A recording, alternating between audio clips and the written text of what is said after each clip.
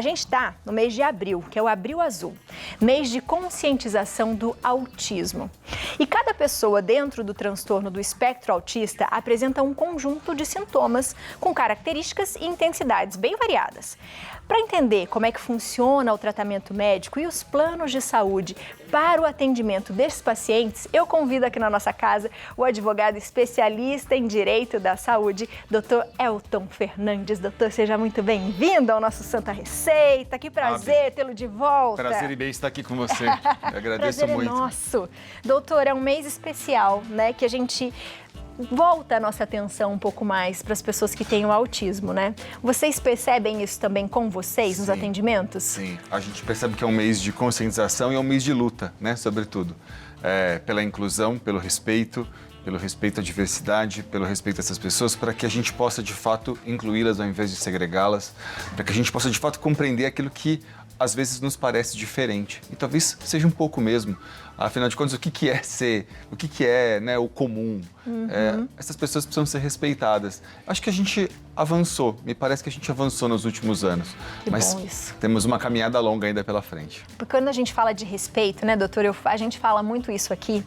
E quando a gente fala de respeito, a gente está pensando exatamente isso, na inclusão, você entender a história das pessoas, você compreender, Exatamente. Você tentar auxiliar como pode, Exatamente. E principalmente aprender sobre, Exatamente. Né? Eu acho que o simples fato de a gente falar mais sobre isso hoje, quebrar um pouco desse tabu, já nos permite aliviar um pouco a carga que tinha sobre essas famílias que antes estavam ali sem saber muito bem como lidar com isso, como agir com essas crianças, né?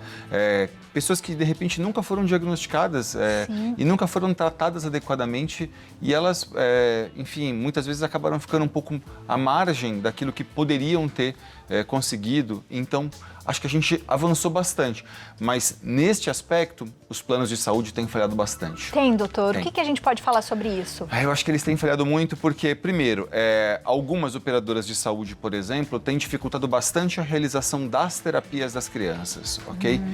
Segundo, a própria ANS, muitas vezes, jogou contra essas crianças, limitando a quantidade de sessões. Note, é impossível, nenhum de nós é senhor de sua própria saúde, infelizmente, né?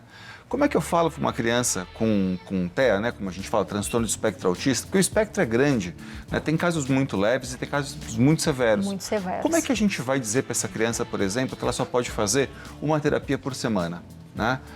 Se isso, no final de contas, fica muito aquém daquilo que precisa. Sabe que os médicos falam muito para a gente que existe uma janela de neuroplasticidade, né? Muito importante quando a criança está ali. Então, é complexo a gente falar sobre isso, porque às vezes eu percebo famílias dentro de uma dualidade, que é uma dualidade me parece comum. Será que eu estou forçando meu filho ou minha filha? Será que, assim, porque cada criança de fato tem seu ritmo e a gente precisa aprender a respeitar essa diferença também? Ou será que eu estou negligenciando? As famílias vivem um pouco com essa angústia, sabe? Eu acho de conhecer mesmo, né? De entender, porque muda também, né? A criança vai mudando com os anos também. Ela vai evoluindo, às vezes você percebe, mas ela está um pouco mais lenta que o outro. Mas será que isso não é normal? A grande questão é sempre ter um contato com um bom profissional, né? Ter contato com um bom neuropediatra que saiba fazer o diagnóstico. Se disser que não se abalar, procurar, se perceber que tem alguma coisa a procurar. E se disser que sim, entender também o seguinte, não é o fim do mundo, né? Não tornemos isso mais difícil do que já é para essas famílias todas. Há bons tratamentos que, bem realizados logo no comecinho, sobretudo da vida da criança e do adolescente, eu percebo uma evolução muito grande. E posso dizer isso com muita propriedade. Eu tenho um bom amigo, juiz inclusive, com um filho com transtorno de espectro autista, e o Léo é uma evolução incrível do Léo, incrível. E eu acho isso muito interessante, doutor. Uma vez eu fui fazer uma reportagem sobre crianças superdotadas e suas habilidades, né? E a gente falava exatamente isso, sobre as habilidades, né? As crianças têm vários níveis do espectro, sim, a gente sabe. E alguns desses níveis, as crianças têm habilidades incríveis. Que precisam ser trabalhadas, né? Elas são muito especiais nesse sentido. E às vezes as pessoas, né, o papai ou a mamãe acaba minando aquilo por não saber como cuidar cuidar, como é que tratar, e você tira o que é excepcional daquela criança, né? Exatamente. Então, como lidar com o diferente. Exato. Essa é uma tarefa de todos nós. Eu acho que falar sobre isso já tira um pouco... As famílias podem ficar um pouco mais tranquilas no seguinte aspecto. Há muita gente hoje preparada, muito profissional. Tem até estatísticas que falam já que a cada 55 crianças, uma nasce com TEA, tá? Uma vai ter algum tipo de transtorno do espectro autista. Então, assim, esse é um número grande. Alguns profissionais, a gente ouviu falar, às vezes eles divergem assim, será que a gente tem mais crianças ou será que a gente está conseguindo diagnosticar mais e melhor? Né? Onde será que está? Porque à medida em que a gente avança na conscientização, a gente avança nos métodos de diagnosticar e de tratar, a gente também permite identificar um pouco melhor isso e adotar tratamentos mais assertivos. E o que elas têm direito, doutor? É um tratamento completo? Sim, cada criança é única dentro desse espectro, né? É preciso analisar muito individualmente. E bem por isso, o que acontece? Os planos de saúde, via de regra, eles só ofertam aquelas terapias muito básicas, né? Então, assim, administrativamente, quando você tem uma prescrição e você pede para o seu plano de saúde, ele só te oferta coisas muito básicas. Por exemplo, ele vai falar, eu cubro psicologia, mas ele não cobre psicologia dentro do método específico que os profissionais indicam como sendo melhor. Eu preciso de fisioterapia para essa criança, muitas vezes com uma dificuldade motora, mas não é qualquer fisioterapeuta habituado a lidar com isso. É um fisioterapeuta especializado, específico. Eu preciso de métodos, por exemplo, de tratamento que a gente chama agora de ABA, né? Que basicamente numa tradução no português seria análise do comportamento aplicada, seria individualizar o tratamento para aquela criança, seria treinar aquela criança no seu ambiente natural, na sua escola, por exemplo, em situações com a família, né? Treinar a família toda é muito importante. Então, assim, trazer a família para o tratamento é essencial e a gente percebe isso, tá? Os planos de saúde ainda são muito reticentes nisso. Por quê? Porque não é, embora não seja absurdamente caro, não me parece que seja isso, não é tão, muitas vezes, barato como eles gostariam que fosse. Um simples fisioterapeuta, eu digo, alguém que estudou muito fisioterapia, claro, mas não é alguém que tem uma especialização em alguma coisa. Um psicólogo, não é só isso mais. Essas crianças hoje, elas precisam de tratamentos mais específicos e o detalhe a justiça tem determinado muitas vezes que esses planos de saúde cubram esses tratamentos. Então, assim, o fato de a operadora de saúde, do plano de saúde, dizer que não vai ofertar cobertura, não significa que, eventualmente, na justiça, essa família não possa conseguir, tá? E é importante dizer o seguinte, para fins legais, o autismo não é considerado, embora tenha um CID, né, tem uma classificação de doença, ele, para fins legais, não é classificado como uma doença, ele é classificado, aqui no final de contas, como uma deficiência. O que muda na prática isso? Quando a gente está falando, por exemplo, de uma criança assim, no máximo, 6 meses depois que ela entrar no plano de saúde, ela pode acessar todos os tratamentos de fono, físio, pelo plano de saúde. Ela não precisa esperar 24 meses de carência. Ai, que legal isso é muito interessante. Mas e se no meu plano, por exemplo, eu não acho aquele especialista? Como é que faz, doutor? Excelente pergunta, porque isso acontece bastante, infelizmente. Assim, a regra diz basicamente o seguinte, se você pede para o seu plano de saúde um profissional com uma especialidade X e ele não tem, então, em tese, ele teria que pagar um particular para você.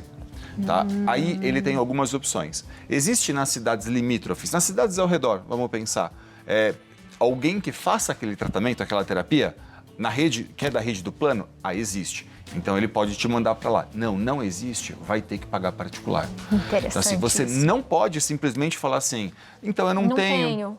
Porque isso não é muito conveniente para o plano, né? Ele vai dizer, ele nunca vai ter quem vai te tratar. Então, assim, isso é ilegal. Não tendo na rede credenciada quem te trate, você pode então exigir o pagamento de um profissional particular.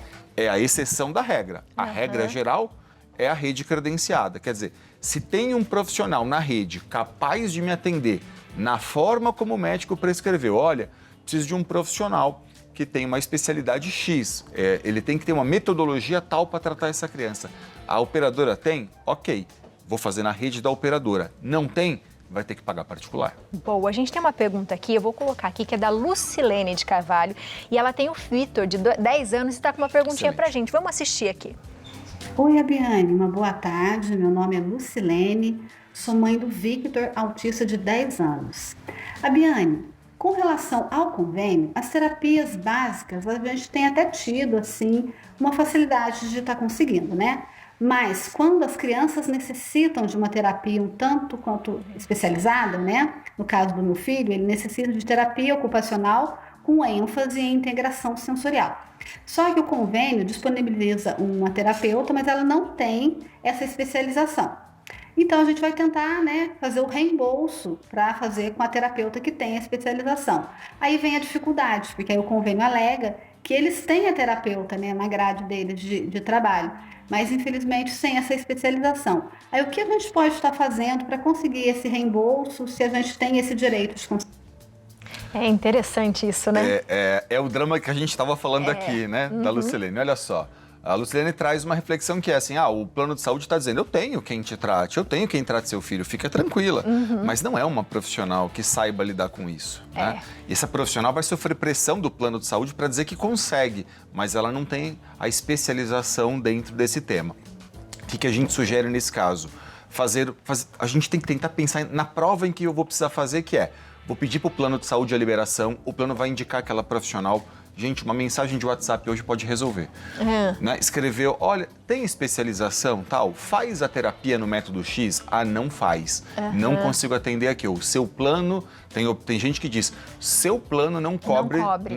Nesse método. Ok, sem problema nenhum. Nesse caso, é hora de entrar com uma ação judicial. Não tem outro caminho, porque, infelizmente, a ANS, a Agência Nacional de Saúde, não ampara o pedido dessas famílias. Para a ANS, basta que qualquer terapia exista. A ANS não exige que seja naquele método específico, mas a gente volta no ponto. Infelizmente, para essas crianças, o tratamento específico, num método específico, é essencial e é isso que os médicos atestam sempre. E é interessante, né, doutora, até falar, por exemplo, com o próprio médico, pegar essas conversas, né, olha, não atendemos, e aí vai guardando tudo isso para montar um processinho, para dizer, olha, mas a minha precisa disso por causa disso. Exatamente. E a criança vai ficar melhor até, né? Por exemplo, o tratamento vai ficar mais rápido, talvez ela vai precisar de menos consultas, se isso começar a dar certo. O exercício da medicina é do profissional, do médico lá. Então, assim, a gente sempre diz, tudo começa com um bom relatório clínico. Tudo começa com esse profissional colocando no papel as razões pela qual essa criança precisa do tratamento neste método específico.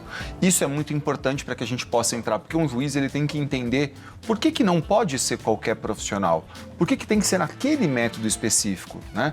Porque faz uma diferença mesmo e os estudos que a gente tem visto, que os médicos mandam para a gente, dizem de fato que a diferença é brutal entre um método mais específico de tratamento. Por exemplo, ela citou um dos métodos, né? Integração sensorial é um método de tratamento.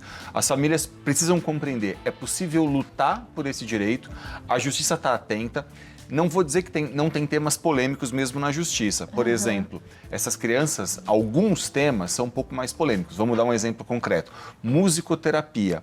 Tem juiz que entende que isso faz parte do planejamento educacional da criança e não propriamente do planejamento de saúde, né? Então eu preciso de alguém para acompanhar a criança na escola. Muito juiz entende que o acompanhante terapêutico da criança na escola faz parte do plano educacional e não propriamente do saúde. Mas vamos pensar naquelas questões que ela colocou. Fisioterapia, fonoaudiologia, psicologia, terapia ocupacional, tudo isso faz parte, indubitavelmente, para a maioria dos juízes, pelo menos, tem sido, me parece, bem tranquilo de reconhecerem que isso faz parte do escopo de cobertura do plano de saúde. E o plano de saúde não pode falar que recebe a prestação, mas não cobre o tratamento. Isso é de má fé, inclusive, né? Eu acho que aí também vai um alerta, né, doutor, da importância da gente valorizar os trabalhos, né? Que a gente chama de extracurriculares, como a musicoterapia, que a gente sabe como as crianças melhoram com a musicoterapia, né? Com o hábito social com outras crianças, né? E conseguir provar, né? Colocar isso de forma científica. Exatamente. Para que isso realmente, olha, você tem direito, porque seu filho merece isso, ele vai melhorar, o tratamento vai. Eu acho que é uma forma da gente crescer nisso também, né, doutor? Sem dúvida. Acho que a gente precisa fomentar, é preciso ter mais pesquisa e fomentar estudos nesse aspecto, para que a gente possa, de fato, demonstrar que isso não é propriamente um luxo, isso não é supérfluo. Isso é absolutamente essencial. Essas crianças, quando a gente percebe muito claramente, eu vejo pelo meu amigo que tem lá o Léo, que é incrível. A gente dizia antes assim, o Léo, no máximo, vai ser uma criança mais tímida. Hoje posso dizer que nem isso. Né? Isso é fantástico. Ele hoje é uma criança muito bem desenvolvida, então assim, acompanhá-lo, tá? Acho que tem essa dualidade dos pais, não tenha pressa, mas não perca tempo. E aí é muito particular isso, né? Cada família só que com muita atenção e muito carinho vai conseguir compreender. Será que espero e tá tudo tranquilo? Ou será que tem alguma coisa ali que eu preciso prestar um pouco mais de atenção? É muito particular isso. Doutor, a gente está falando de crianças, isso também funciona com os adultos? Funciona também. Tem sido, claro, é um pouco mais incomum porque esses adultos, muitas vezes, eles já não têm mais aquilo que a gente chama dessa janela de neuroplasticidade, né? Essa modulação que a gente consegue fazer no cérebro dessas crianças todas. Mas é possível fazer o tratamento também. O direito, é preciso compreender isso, ele está garantido para toda e qualquer pessoa, não importa que a idade, tá? A gente está falando das crianças porque é mais constante e mais comum, né? Felizmente, a gente percebe já, ou os adultos conseguiram já realizar esse tratamento antes, ou já conseguiram, estão mais tranquilos nesses aspectos, mas as crianças ainda sofrem muito e a gente tem percebido assim, tem algumas dificuldades dos planos em atender, mas a justiça tem sido atenta a isso. Que bom, doutor, que bom. Muito obrigada por hoje, viu? É um prazer estar aqui. Seja sempre bem-vindo. Eu acho que é muito importante a gente falar isso para as pessoas, os direitos que a gente tem, né? Incentivar e valorizar o conhecimento para que a gente consiga melhorar cada vez mais e mostrar os trabalhos excelentes das pessoas que fazem isso para melhorar a qualidade de vida. É muita gente envolvida, muito profissional, que se qualifica muito, que estuda muito. Fono, físio, TO, AT, é muita gente bacana aí e tal. E agradeço muito o espaço. Muito obrigado. Viu? Eu que agradeço. Você de casa, fica de olho nas redes sociais, no YouTube do doutor, porque ele responde várias coisas pra gente, tá? @Elton Fernandes, advogado, tudo junto. O site eltonfernandes.com.br. Muito bom. Muito obrigado, Obrigada, viu? beijo. Até a próxima, viu? Com Deus, tá breve. Minha gente, vamos ficar de olho, não é? Fica de olho porque você merece, você tem os seus direitos. E quando a gente fala de filhos, quando a gente fala de pessoas próximas que a gente conhece, ou até mesmo do seu vizinho, você sabe que você pode ajudar, você sabe que você tem esse direito, procure informação e ajude as pessoas. Ajuda mesmo.